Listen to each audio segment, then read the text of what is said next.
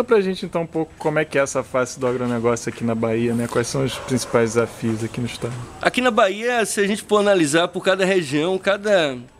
grande região aqui da Bahia, a gente tem um dos elementos do que a gente conhece conforme como agronegócio em relação aos setores nas diversas regiões do país. Começando pelo sul da Bahia, sul extremo sul da Bahia, que teve a inserção desde a final da década de 70, início da década de 80, das grandes empresas plantadoras de eucalipto, especialmente as organizadas em torno da Stora Enso, né, a Cruz Celulose, a Veracel, que conseguiram, através de um enlace irmão com o Estado, conseguiram implementar o projeto de desenvolvimento deles, de certa forma que determinadas cidades no interior da Bahia têm mais de 80% da sua área plantada somente de eucalipto. Então não tem como a gente falar em segurança alimentar, sendo que a gente não tem nem mais área sequer para que seja plantado produtos da agricultura familiar nesses municípios. Quando a gente anda um pouquinho do lado, no sudoeste da Bahia, essas empresas do setor do eucalipto já estão migrando para essa região de Vitória da Conquista, Itapetinga também. Hoje o companheiro de Itapetinga estava aqui para a gente já denunciando a instalação do projeto chamado Veracel 2, que é a ampliação da produção de eucalipto já na região de Itapetinga, quer dizer, no sudoeste baiano, que historicamente é uma região onde a produção da agricultura familiar é muito desenvolvida e já está sofrendo um impacto sério desse latifúndio plantando eucalipto e já chegando as empresas para fazer o beneficiamento dessa produção de eucalipto. E já estamos começando o processo de luta já nessa região. O oeste da Bahia é o caso clássico, né, da soja. Lá está começando a ver uma coisa que a gente não imaginava, né, mas estamos começando a ter assentamentos de reforma agrária no oeste da Bahia, né? Não porque a nossa correlação de forças se desenvolveu de forma que a gente está conseguindo combater o setor do agronegócio, mas sim porque a terra já está completamente envenenada e destruída. E essas terras envenenadas e destruídas, né, não são tomadas pelo Estado, mas sim colocadas para a reforma agrária com terra a preço de mercado. E o Estado, ao invés de onerar e punir esse grande produtor que envenenou e destruiu a terra por mais de 30 anos, compra a terra da mão dele, livra ele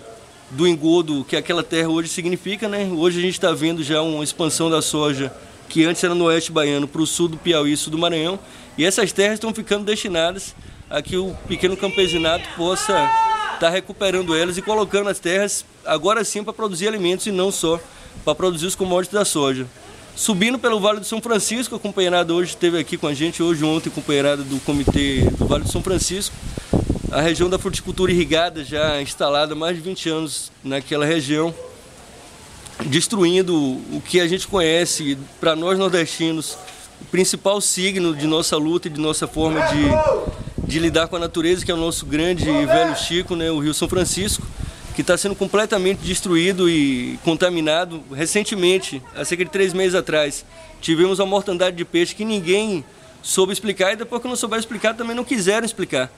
Que com certeza, a gente tem certeza disso, foi uma contaminação por agrotóxico que está vendo naquela área onde instalações de pivô, central de irrigação estão sendo muito frequentes e comuns e que está causando sérios impactos à forma de sobrevivência camponesa. E lá a companheirada do MPA, a companheirada do MST, a companheirada do MAB estão tocando uma luta muito grande contra essas empresas, especialmente plantadores de manga e plantadores de uva. E agora, nessa nova etapa de desenvolvimento do Brasil, a cana irrigada, né, lá fizeram e estão colocando para o mundo como o maior desenvolvimento dos 30 mil hectares de área irrigada contínua, o maior latifúndio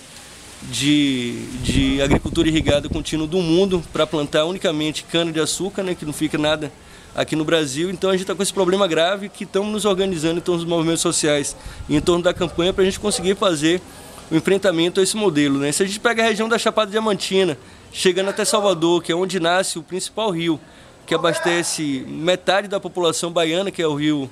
Paraguaçu, ele já nasce absolutamente contaminado pelas empresas plantadoras de batata, especialmente a Garacha, a Bagiza, que tem historicamente feito uma utilização muitíssimo grande de agrotóxicos, com uma produção totalmente voltada para as grandes empresas do setor de alimentos, especialmente a McDonald's e outras grandes empresas que trabalham com batata frita ou fazem pão com batata. Então essa produção ela é toda destinada a essas empresas dos fast foods e essas empresas que dominam o mercado de alimentos no mundo, né? A gente desce um pouquinho da nascente do Rio Paraguaçu, chega na região de Itaberaba, onde a agricultura familiar foi empurrada, né, pela Revolução Verde, até uma utilização muitíssimo intensa de agrotóxicos para combater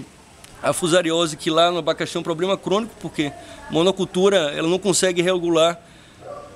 dinamicamente através da agrobiodiversidade, não consegue regular os patógenos e as diversas enfermidades que atacam as plantas quando elas estão numa situação ruim para elas, né? E lá a gente tem um adensamento de 20 mil plantas de eucalipto por hectare, o que, dentro da nossa perspectiva de trabalhar com a regulação da natureza, é impossível poder praticar uma agricultura orgânica com um adensamento de espécies nesse espaço, com essa quantidade de indivíduos plantados, né? Então lá se usa agrotóxico no abacaxi desde a primeira floração dele até a última, e infelizmente lá não se tem essa prática da utilização de equipamentos de produção individual, qualquer medida de segurança do trabalhador. Então a contaminação do trabalhador naquela região de Pirá, os companheiros de Pirá estavam aqui conosco, estão denunciando isso, está morrendo muita gente. Lá que a gente ouviu de um camarada agricultor que ele disse que se pra gente o veneno está na mesa, o problema é que para ele o veneno está no sangue dele, né? Então a gente tem tocado essa luta lá também, temos um comitê formado lá em Pirá para começar a discutir essa utilização tão intensa dos agrotóxicos. A gente desce um pouquinho, entra na região fumageira de Santo Antônio de Jesus, pega Cachoeira, São Felipe, toda aquela região do Recôncavo Baiano, região histórica e muito importante para a gente, que catalisou a luta dos negros, e conseguimos através disso fazer diversos momentos heróicos de nossa população baiana e do Brasil, né, como o nosso grito de independência do 2 de julho. Lá a utilização indiscriminada de agrotóxicos na indústria do fumo, voltada somente para lá a gente não pode nem dizer que tem um complexo de agroindústria, que é somente uma plantadora de fumo que produz charutos aí para o mundo todo, que não fica nenhum na Bahia, né, que também coloca sua produção a serviço da Souza Cruz, da Felipe Mores, e que termina contaminando absolutamente todo o rio Paraguaçu, que é o rio que abastece quase toda a população baiana. Mais de 60% da população de Salvador, da Bahia, é abastecida pelo rio Paraguaçu, que está nessa situação, né? Então nossa luta ela se soma especialmente, não só a luta no campo contra o modelo do agronegócio, mas também a luta dos setores urbanos que estão querendo sobreviver na cidade e não morrer um pouquinho a cada dia por conta do envenenamento que nossos mananciais e nossa natureza têm passado por conta desse modelo de desenvolvimento que se chama agronegócio. E a gente tem que lutar e propor a agroecologia como vetor de desenvolvimento para o Brasil.